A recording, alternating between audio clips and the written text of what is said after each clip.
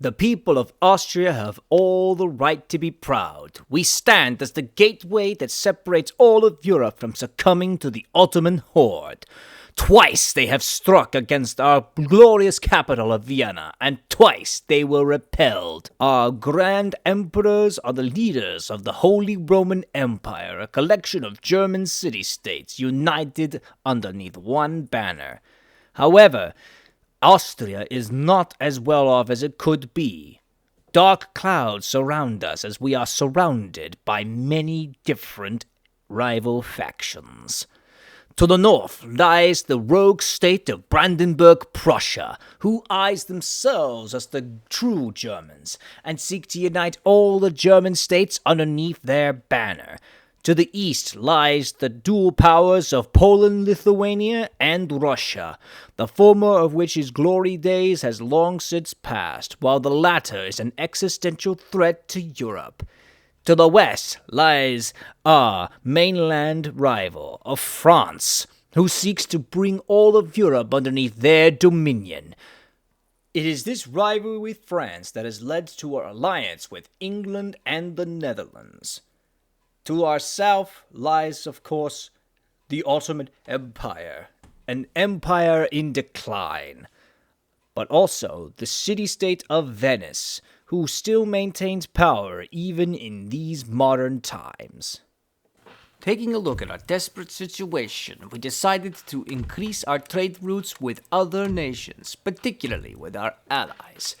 After that, we decided to increase the size of our army, for if anyone decides to encroach upon our lands, we would meet them with gunpowder and steel. Realizing that not everyone in our empire follows the same religion, we decided to send priests in order to teach the true word of Catholicism to the land, as well as assassinate any foreign priests to try to influence our people otherwise. Barely a year passed when the Prussians invaded the poor German state of Saxony. While they were a protectorate underneath the Polish-Lithuanian Commonwealth, we couldn't abide to see Prussia continue to expand. So, after moving our forces into position, we immediately declared war to halt Prussian expansion.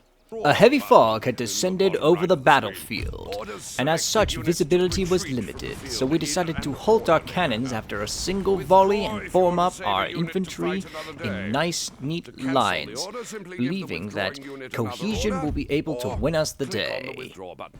As we formed up our lines, an enemy cavalry decided to charge at us, so we stopped one infantry unit to shoot at the cavalry, while the other ran headfirst into it. Still, the enemy was able to engage us with some muskets, but we managed to drive the cavalry off and reform the front lines. In the confusion of the fog, a Prussian infantry unit had managed to get very close to our Austrian line infantry, in which they engaged in melee combat. But it wasn't much of a melee combat, as neither side had bayonets equipped to the top of their muskets. Near the high point of the battle, our Austrian general decided to send infantry to encircle the Prussian army. Realizing their mistake, the Prussians decided to send infantry to counter that move.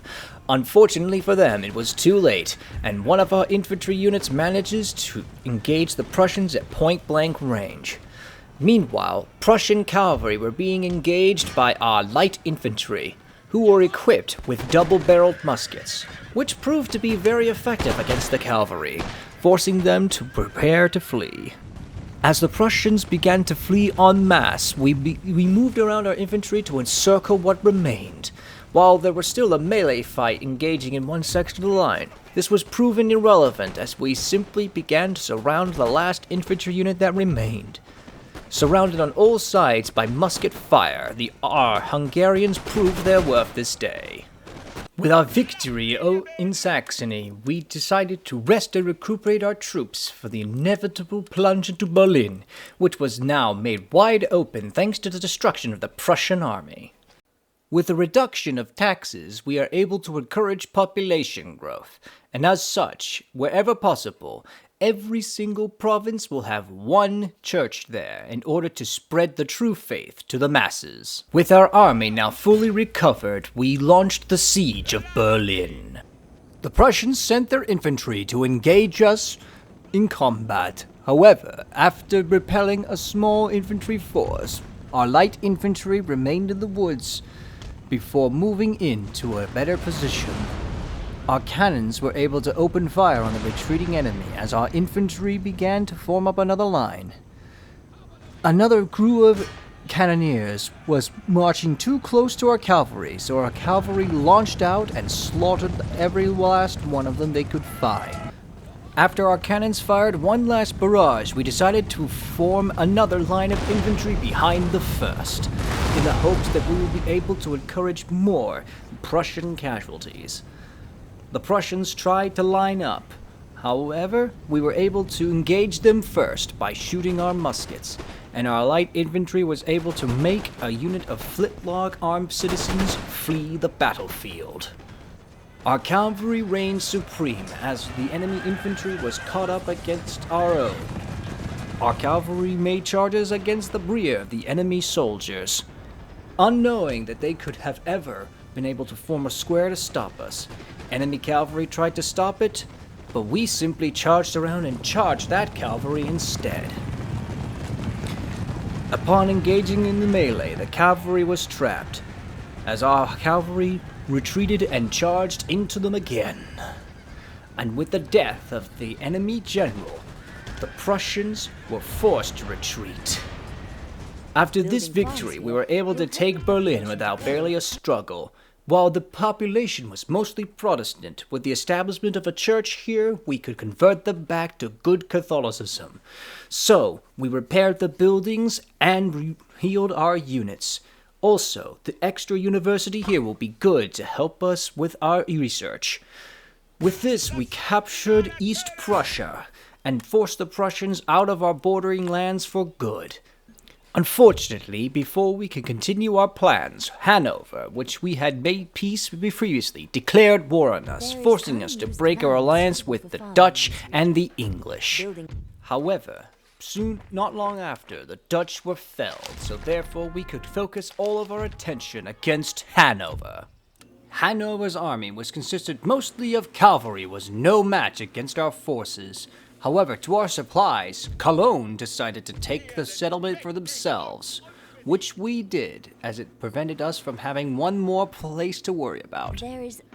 With Hanover dealt with, it was now time for us to turn south to both Venice and the Ottoman Empire. Luckily, the two were engaged in a war against each other, so we decided to declare war on both of them. Not exactly at the same time, but close enough. To help with our preparations, we decided to train up a second army, and once everything was in place, we declared war. Now we will finally be able to take our final revenge and drive the Ottomans out of Europe.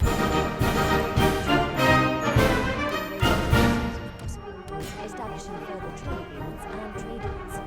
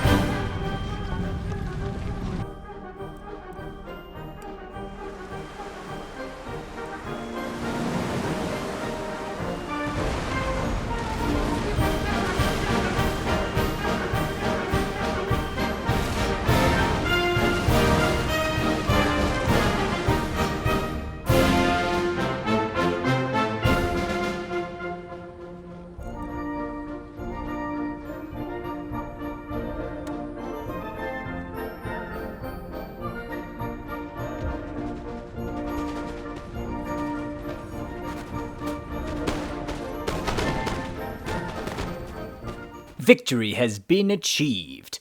With a massive offensive, we were able to defeat Venice, capture Rome, and drive the Ottomans out of mainland Europe. Now we will no longer have to suffer an Ottoman invasion of Vienna, as they have now been thoroughly removed. And while this region is mostly Muslim, we will convert them within time. We had even taken control of Crimea to deny Russia access to the Black Sea. Despite the unrest from our new conquests, we decided to continue the offensive against the Ottomans, liberating Anatolia from them. However, we soon realized that this was probably a step too far, so we offered to give back Anatolia to the Ottomans in exchange for peace, which they gladly accepted. While this would be a cause of celebration throughout the empire, it was unfortunately cut short, as our king Leopold I was dead, and we had to crown a new monarch by Karl I. With the Prussians neutered, the Venetians gone, and the Ottoman Empire no longer a threat, we decided to turn to face our existential crisis, Russia. Russia, and along with Poland-Lithuania, has been locked in a war against the Swedish, and while we could ally the Swedish, we decided against this, as that was merely an alliance of convenience. We soon realized that since the two are staunch allies, declaring war on one would mean declaring war on the other. So we decided to prepare for this in earnest, along with the harsh winters of Russia. After some time preparing, in which we improved our economy, we soon realized that we could not delay anymore, so we declared war on Poland-Lithuania, and Russia joined in to defend their ally. Our first move was unifying West Prussia with East Prussia, along with seizing border region of Galicia from the Polish. Afterwards, it was then a straight march towards Warsaw, the capital of the Commonwealth. Also, we managed to take the city of Kyiv, Ukraine. The siege of Warsaw was interrupted by the enemy's garrison sallying forth. The enemy cavalry was trying to encircle our flanks, but forming our infantry in a square drove them off. Another cavalry unit decided to charge our line ahead first, but they were immediately gunned down by our musket fire. As the infantry lines began to form up, we were shocked to see how little the Polish army remained, as most of it is off fighting other fronts. The unit of cavalry still harassed one of our line infantry on the flanks, but after forming squares repeatedly, they were sure to stop their assaults. To our complete shock, the Polish still fielded a unit of pikemen who charged headlong into the melee. However, as our infantry, equipped with socket bayonets, will prove the pikemen to be of no match. The only actual unit of grave concern to us were a bunch of janissaries which had pledged themselves to the Polish cause. Still, though, with the main line devolving, our cavalry then charged forth with the pikemen distracted. The janissaries were caught completely off guard because without bayonets, they couldn't do anything to stop the charge. As we moved to surround the final Polish defenses, our cavalry engaged the enemy cavalry. Outnumbered 3-1, the Polish cavalry proved to be of no match, and with the death of their general, along with one last infantry charge to break the enemy infantry, the battle was over. With the capture of Warsaw, the doom of the Polish-Lithuanian Commonwealth was all but guaranteed, and while they are still scattered about in different territories, they would be easy to mop up. With that Poland-Lithuanian Commonwealth problem dealt with, we decided to focus all of our attention against Russia and kill the Russian bear before it has a chance to rise.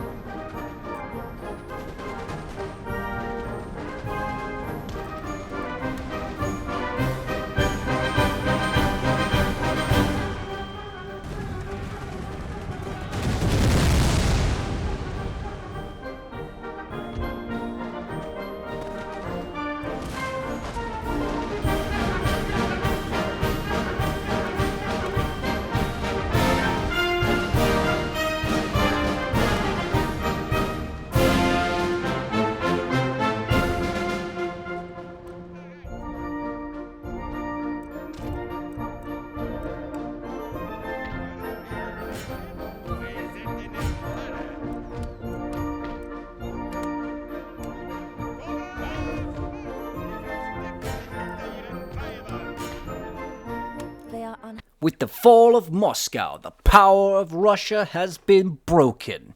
And while they still have some territories remaining, it's only a matter of time before we absorb those too.